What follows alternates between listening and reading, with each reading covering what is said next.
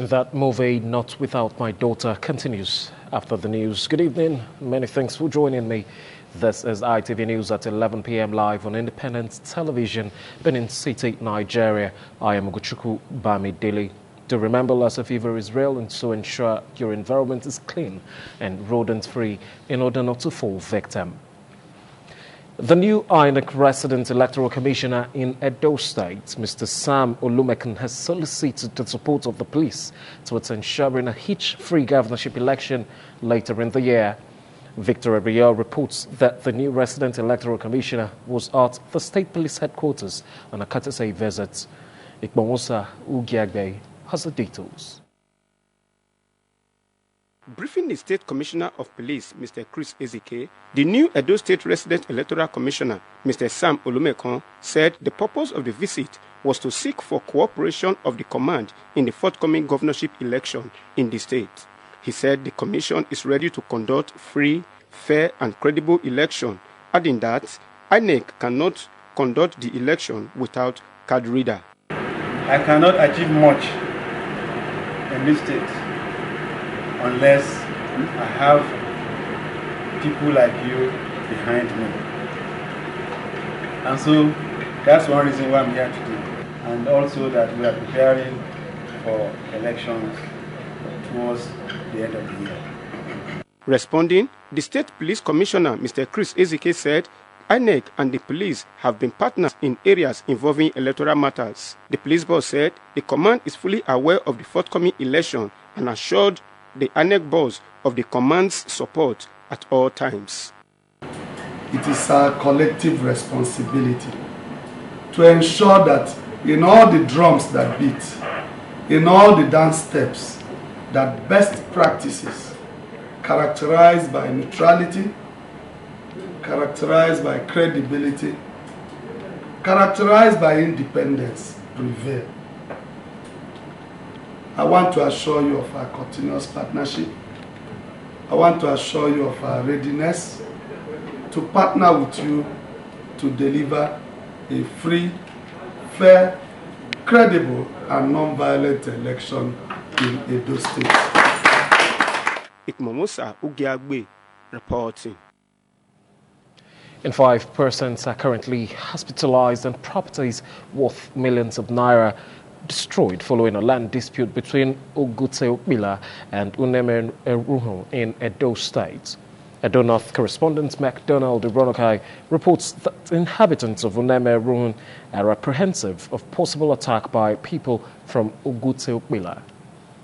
The disputed land is a forest where the people from both community farm and carry out other economic activities. It was gathered that the clash erupted when youth from Uneme Eruhu allegedly barricaded the road to the forest, preventing the people from Ogute Okpila from accessing the forest to carry out economic activities. The clash led to the destruction of several houses, some vehicles, motorcycles, among other valuable properties in Uneme Eruhu. Speaking of the situation, the clan head of Central Uneme, Oba Moses Brahma, said disputed forest is an ancestral inheritance that belongs to Uneme Eruhu. This is the same Okula people who went and use vigilante motor and vigilante people to carry wood on the 11th.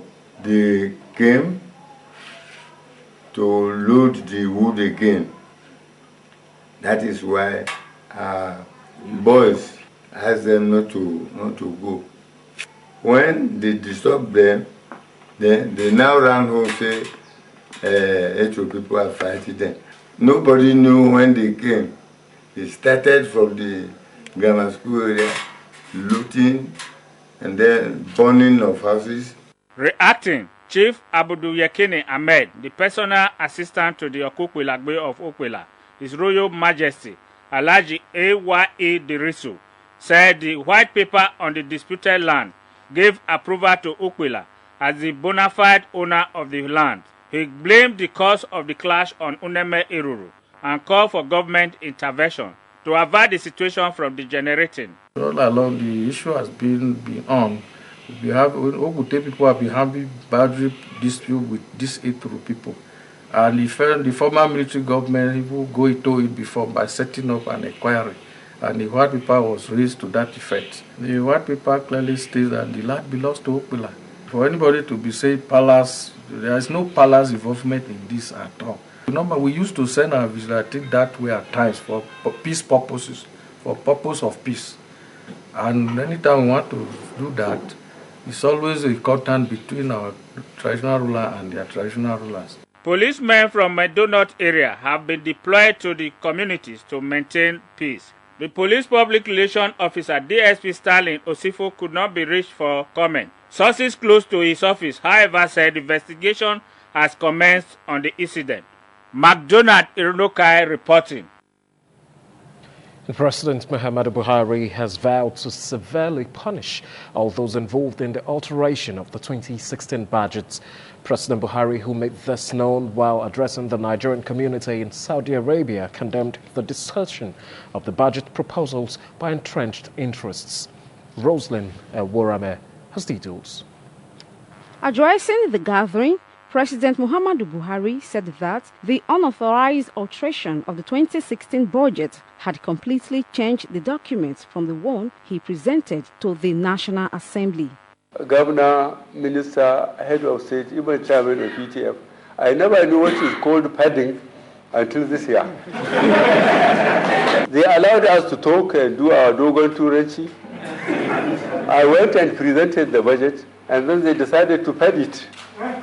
It's a very, very embarrassing and disappointing development. The president also assured members of the Nigerian community in Saudi Arabia that his administration was working diligently to fulfill its campaign promises, particularly on security, unemployment, and corruption. Reaffirming his government's zero tolerance for corruption, President Buhari said that the war against corruption was a monumental task that he is determined to tackle successfully. The central bank has moved 2.6 trillion naira. Now this is money which normally at the end of the year, vouchers are raised, checks are written, and then we get ready to face the following budget. But this time we have got it back, and we may end up this year by having a non-deficit budget instead of a deficit of over 2.3 trillion naira. President Muhammadu Buhari also used the opportunity of the gathering to brief Nigerians in Saudi Arabia on his administration's efforts to end the Boko Haram insurgency and terrorism. What we wanted to do, which we haven't succeeded, to be honest, was that every head of department ministry will come and defend his budget from zero.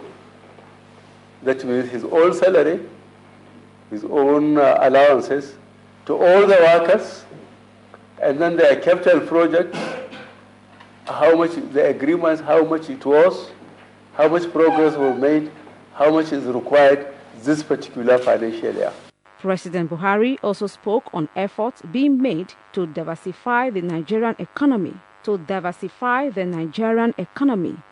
that more opportunities are now open for local and foreign investors in the country. Roslyn Eworame reporting. The leadership of Edo State chapter of the People's Democratic Party, PDP, has postponed its Congress earlier scheduled for today. Publicity Secretary of the PDP, Chris Nahikari, who disclosed this to newsmen, clarified issues for the postponement. Afosa Wangwe has details. Publicity Secretary of PDP in Edo State, Chris Nahikari, said the postponement was as a result of decision from the national leadership after rising from a meeting in Abuja, contrary to speculation in some quarters that it was as a result of a court injunction. According to him, a new date is expected from the National Secretariat after the directive was given to that effect. He said it is untrue that the postponement was as a result of a court injunction, stressing that the party has not been served with any. Mr. Nahikari said, as a party that believes in the rule of law, if such occurs, the PDP will definitely abide by the injunction, but in this case, nothing of such has happened. From that meeting, we were informed that a new date for the Congress will be communicated to Edo PDP. and we're expecting that communication to come in. Well, as a party, we are not aware of any court injunction. As I speak, I have not seen any sign or anything saying there was a court injunction on PDP to hold a Congress. And you know us as a law-abiding party. If PDP is restrained, PDP will act as restraint. But I don't think there is anything to that position right now. The Publicity Secretary also seized the opportunity to describe the allegation by the Vice Chairman of the Nigerian Bar Association Edo State chapter that the PDP gave out some money to the leadership of the association to take Edo State government to court on matters affecting the people as baseless. He said the statement was libelous and called for its retraction, as the PDP does not engage in such acts but ready at all times to protect the interests of Edo people through constructive criticism of government policies that are inimical to the people. From the utterances made yesterday, we are now beginning to wonder if he is not the one that has collected money from the government to make such sweeping and irresponsible statements. The statement is not only sweeping and irresponsible, it shows that he is not even in concert with the feelings of Edo people. The NBA, on behalf of Edo people, went to courts to get judicial interpretation on the unilateral scrapping of the customary court, which everybody, all right-thinking Edo people, the senior citizens and all members of Edo State were happy that NBA was up and doing. But this man, for some selfish, innate ambition of taking over a position for which he was not elected, has now come on television to make sweeping allegations. Fosa Wangwe reporting. The worsening condition of the failed portion at Adeje Junction along Benin-Warri Expressway in Okpe local government area of Delta State has prompted motorists and other road users to call on relevant authorities to effect urgent repairs before the rainy season sets in. Warri correspondent Benga Ahmed quotes motorists as saying that robbery and kidnapping have become daily occurrences in the area, especially at night.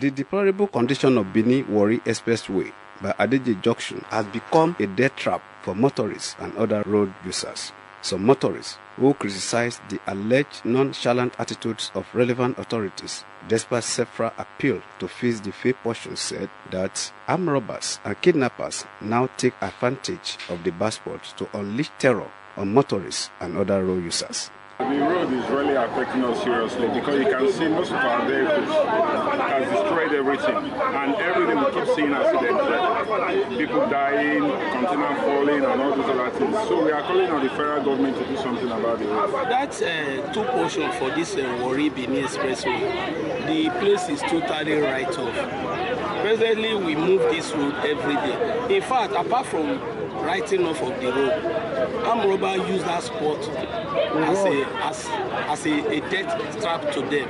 So when you are coming, you must slow down. By the time you slow down, they will run for bush. We are begging our federal government, they should come to our aid to maintain that two portion. It's not all that far, because by the time the rain will start, the place will not be motorable again. We used to apply the road every time. So they should think about this road. Safety of people first. Many souls are lost in there. So federal government quiet, they have been looking people. You understand? No, not only anything happen to dignity person, they will think about the road.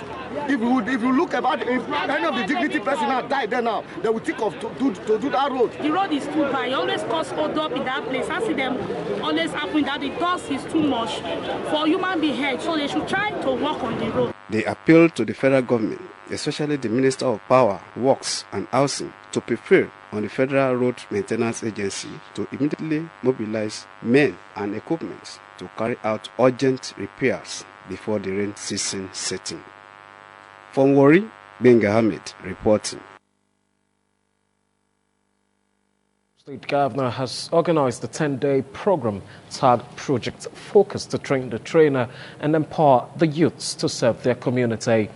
Speaking at the event, Governor Adams Oshomole said the government will provide 500,000 naira to participants that will distinguish themselves at the program to start up their own businesses. Ekmonwosa Ogiagbe has details. Governor Adams Oshomole, who said he was attending to identify with the lofty ideas of the program aimed at empowering youth in the state to be self-reliant, expressed the hope that participants will take full advantage of the program to better their lots.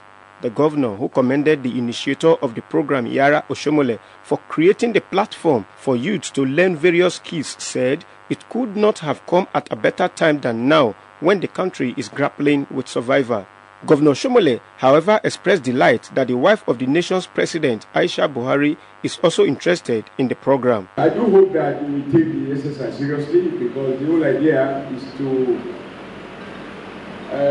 actualize the Chinese program, which I like very much. It says that it's better to teach somebody how to fish than to give him the fish to eat. Because if you have the fish to eat, you eat it once and it's gone. But if you have fishes killed, then you can go out there, wherever you find river, there will be fish. And so you are not likely to go hungry. You use the skill to catch the fish and to eat. And it will last you throughout your lifetime. Also speaking, one of the facilitators, Edosa Erobamie, thanked the wife of the governor for giving him the opportunity to contribute to youth development through teaching of entrepreneurial skills. When you see people from afar, you don't really know them. For me, it's a new experience. When somebody asks a question, is there empowerment after this? I said, this is already empowerment. And again, we are teaching you beyond just the skill. We are teaching you business processes. We are teaching you entrepreneurship. Participants selected on merit are drawn from the 18 local government areas of the state. Ikmomosa Ugiagbe reporting. The Copyright Society of Nigeria, COSAN, has called for strict enforcement and adherence to the copyright law in Delta State. The Edo Delta coordinator of COSAN, Prince Biodun Egwakide, made the call while on a courtesy visit to the Delta State Commissioner of Police, Mr. Alkali Baba Usman. Wellington Akadija has details. The Edo Delta coordinator of COSAN, Prince Biodun Egwakide, decried the untold hardship owners of intellectual properties have been subjected to arising from the activities of pirates in Nigeria, pointing out that government cannot fold its arms and allow few individuals to steal the intellectual property of artists. He said the Copyright Law 2010 empowers COSAN to identify musical owners, license such musical works, evaluate, quantify, assess production and acceptability of the music, and collect and distribute royalties to beneficiaries whose intellectual property have been used by consumers. The COSAN coordinators stressed that hotels, drinking joints, transport companies, and all public places where musical works are used illegally are expected to comply with the law to avoid litigations. It is not right to be involved in piracy. It is not right to use works in which copyright subsists without the authorization of the owner. So the law, Copyright Act, laws of the Federation, particularly in section 15(1)G, it provides that if you perform, that is if you use music, or you cause another person to use music in any trade or business, or as a supporting facility to any trade or business, any work in which copyright subsists, without the authorization of the owner, you will be infringing on the right of the owner. Responding, Delta State Police Commissioner Mr. Alkali Baba Usman said the laws of the land are sacrosanct and must be obeyed by all, irrespective of status and tribe. The Delta State Police boss said since COSAN activities are backed by law, there will be adequate provision of security to COSAN team when embarking on enforcement of defaulters of the copyright law. You are welcome on board. We are ready. We will assist you. We will assist you. We are going to endorse this request of yours. At any point in time, you don't need to look for where we are. We are going to put it as a directive to our DPOs and area commanders to assist you whenever we want to operate anywhere. You don't need to have recourse to the quarters at all. In an interview, the general manager, Swiss Spirit Hotels and Suites, Asaba Delta State, said his hospitality outfit decided to comply with the copyright law since musical works were being deployed in the hotel in order to avoid litigations. In compliance with, what the law says in this country is not fit to be a true Nigerian businessman. And we had to maintain a certain standard, without compliance to what the law says. It's never feasible.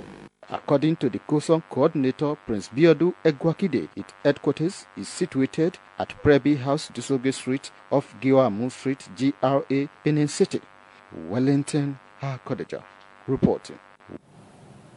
The Supreme Court has declined to interpret a judgment it gave on January 29 involving the chairmanship of the People's Democratic Party PDP in Anambra State. The Apex Court held that the judgment had nothing to do with the status of Stella Odua, Andy Uba and other lawmakers elected on the platform of the PDP in Anambra State as federal lawmakers. The court held that it did not have the jurisdiction to review any judgments it had given.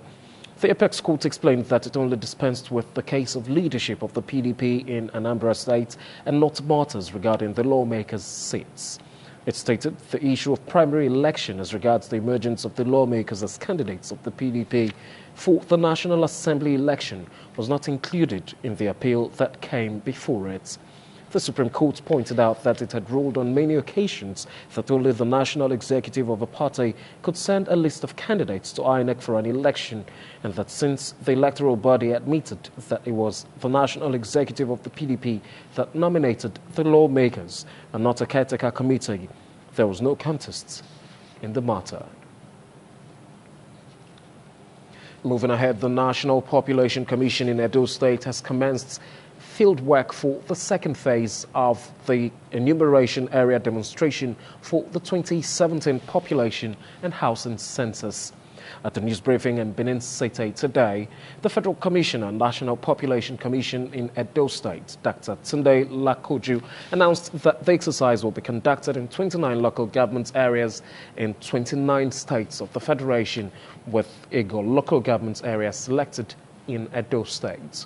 Kingsley Uchebu has details. Speaking on key activities of the National Population Commission in Edo State for the conduct of the 2017 census, Dr. Tunde Lakoju said the second phase of the enumeration area demarcation in Ego local government area, which is for areas not captured in the pilot and first phase in 2014 and 2015, is important as it would form basis for the planning and execution of the census.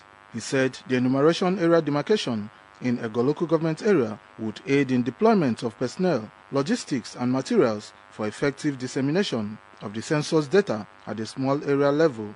Dr. Lakoju further said the exercise, which is not for counting of persons but houses, will not determine the population of any community, adding that in line with the mandate of the National Population Commission, registration of births and deaths in selected local government areas would continue. Getting the 2017 census EAD right is not just an option, but an absolute necessity in the quest to deliver to the nation an accurate, reliable, and acceptable census. It is in this regard that the Commission is leaving no stone unturned in order to ensure that the EAD for the 2017 census is carried out meticulously, professionally, and scientifically in order to provide the basis for the smooth conduct of the 2017 census. The second phase of the enumeration area demarcation exercise for the 2017 census will take place from 22nd February to 21st March 2016 in Ego local government area. Kingsley Uchebu reporting. The Nigeria Police Force had withdrawn the security aids approved for Tompolo by the federal government since 2009 under the leadership of the late President Umar Yar'Adua. The security aides who had been with Tompolo for nearly 6 years were withdrawn soon after Justice Ibrahim Buba issued the first bench warrant against the ex-militant leader last month. A source close to Tompolo confirmed the development to newsmen. In addition, security chiefs in the Niger Delta were reportedly strategizing on how to crack down Tompolo following the court order to produce him on February 19.